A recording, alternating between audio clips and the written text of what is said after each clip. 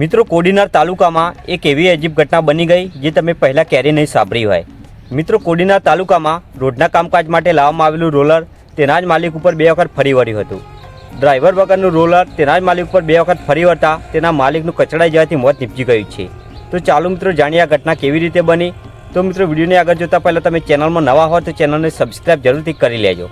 મિત્રો કોડીનાર તાલુકાના કરેડા ગામે મનરેગાનું કામ ચાલુ હોવાથી ત્યાં મેટલ રોડ ઉપર ચલાવવા માટે એક રોલર ઉનાથી આવ્યું હતું, જેના માલિક 50 વર્ષીય સલીમભાઈ ઉસ્માનભાઈ ખોજાદા ઉના કસ્બા જમાતના પટેલ હોવાથી તેમજ ઉના નગરપાલિકાના સભ્ય પણ હોવાથી રોલરના ડ્રાઈવર પણ હતા। કરેડા ગામે મેટલના રોડ ઉપર રોલર ફેરવવા માટે તેઓ પોતાનું રોલર લઈને આવ્યા હતા અને આ રોલરને પંચાયત ઓફિસ પાસે મૂક્યું હતું। આ દરમિયાન બુધવારે રોલર શરૂ થતું ન હતું, એટલે ચાલુ કરવા માટે તેઓ રોલરનું વાયરિંગ ચેક કરતા હતા। ત્યારે ગમે તે કારણે અચાનક રોલર શરૂ થઈ ગયું હતું અને માલિક સલીમભાઈને કચડીને આગળ જતું રહ્યું હતું અને વગર ડ્રાઈવરે આપોઆપ ફરી રિટર્નમાં પણ પાછું આવી એ જ રીતે સલીમભાઈને કચડી નાખ્યા હતા।